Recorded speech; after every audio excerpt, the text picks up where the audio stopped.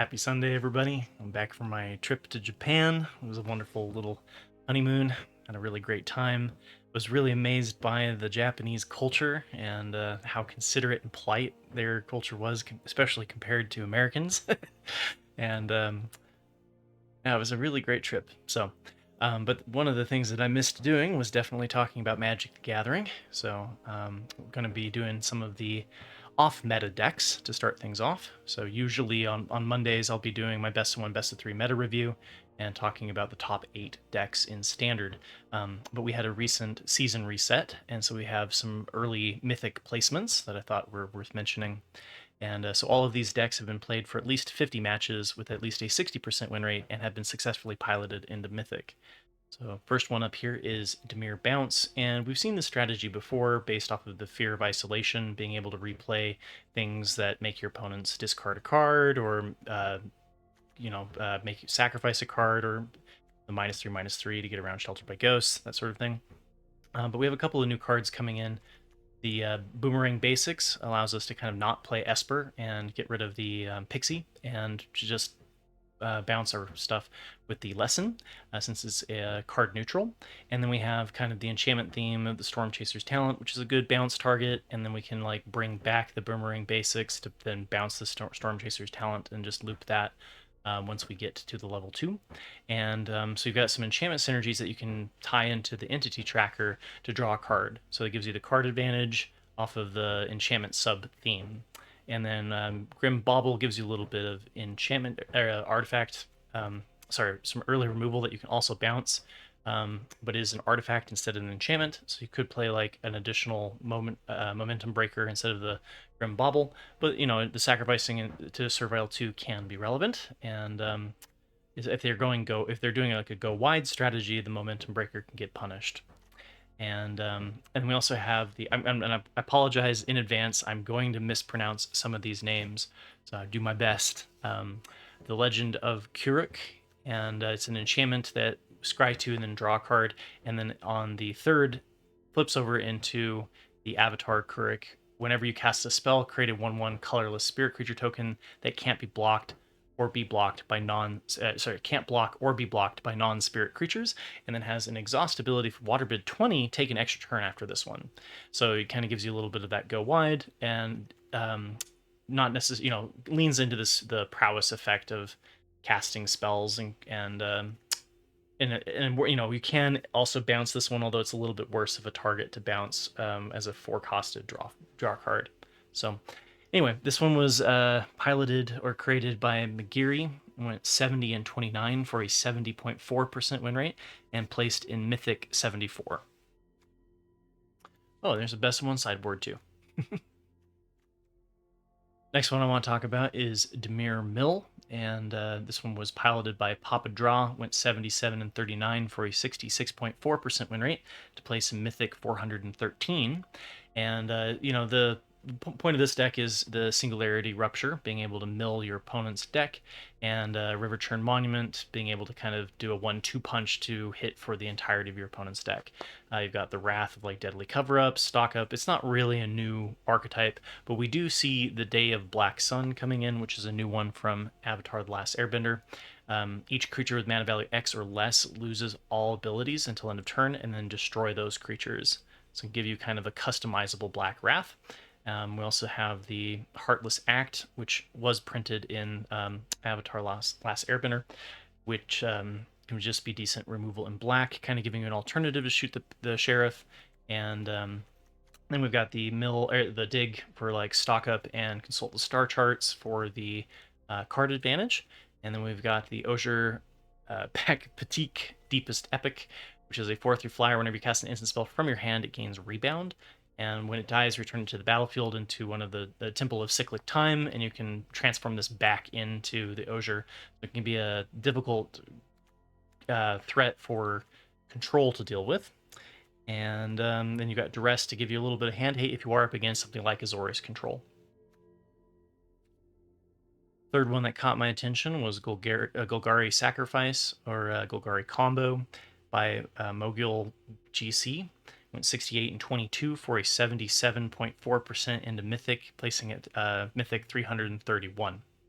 So this one, it's an Insidious Roots deck. We've seen some version of this, but with the addition of Badger Mole Cub, which if you watched my early access video, I thought was the most powerful card to come out of Avatar: The Last Airbender, just making green relevant through the ramp, the mana advantage that it can give you, right? So whenever you tap a creature for mana, it produces an additional green, which works really well with the Llanowar Elves and the Gene Pollinator, being able to ramp into big threats. So this one, you've got some like Archdruid's Charm. You've got the Earthbender Ascension, which is another one. Whenever it enters, sorry, when this enchantment enters, you Earthbend 2. Search your library for a land card, put it on the battlefield tapped, and then whenever land you control enters, put a quest counter on it. And if you have 4 or more, you put a +1/+1 on it, and it gets trample until end of turn. Foggy Swamp Visions is a new one too. It's Waterbend. As an additional cost to cast a spell, Waterbend X, and then exile X target creature cards from a graveyard. For each creature card exiled this way, create a token that's a copy of it, so it can work really well with the Insidious Roots. And at the beginning of your next end step, sacrifice those tokens. And then we've got the Beifong's Bounty Hunters, and this one's a 4/4. Whenever a non-land creature you control dies, Earthbend X, where X is the creature's power.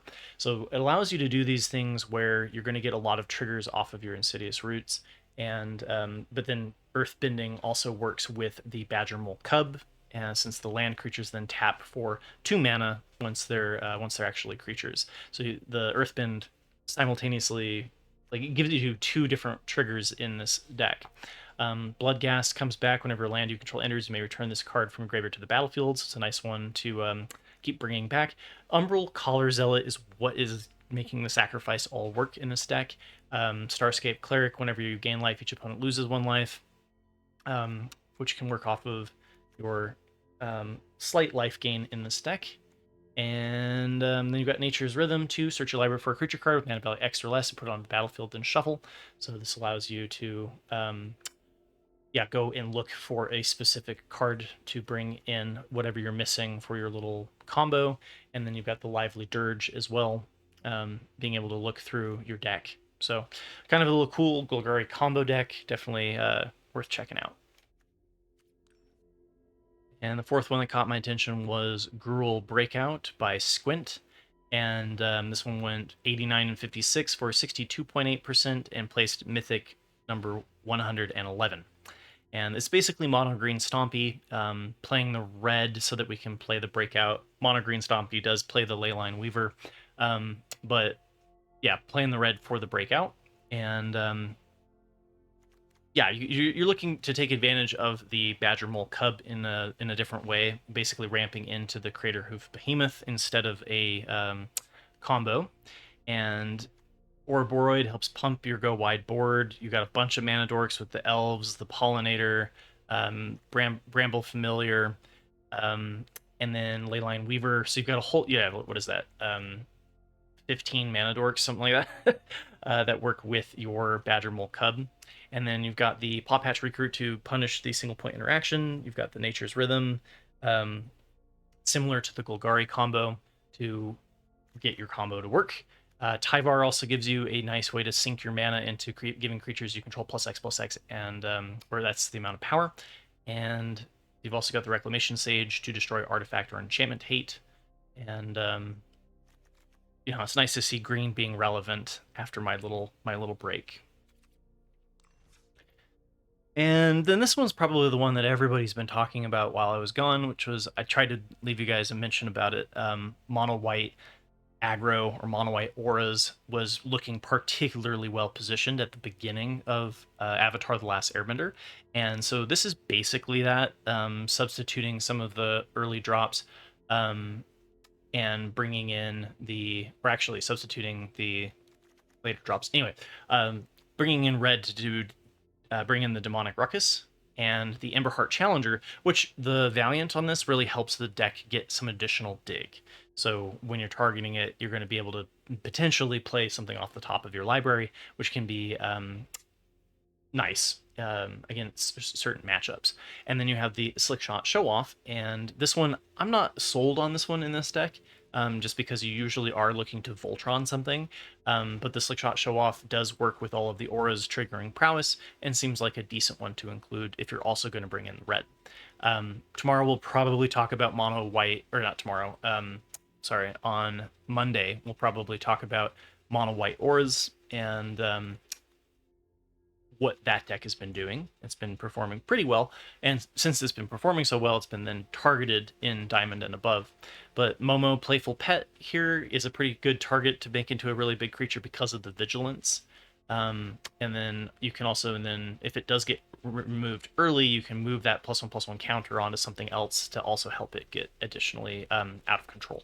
So um, one of the things that could be interesting, I think, just off the top of my head, is maybe the Manifold Mouse would be more relevant than the Slickshot Show Off to have the synergies with the Emberheart Challenger, and then it itself can just be a double striking target that works relatively well to make into a large threat. Doesn't have flying, so it gets chump blocked, but just an idea. Um, anyway, thanks for listening to my ramblings as always. Thank you for my YouTube members who have helped support the channel even while I was gone, and happy to be back. Look forward to talking to you guys about what's going on in Best of 1 and Best of 3 in the not the off meta on Monday. So, take care.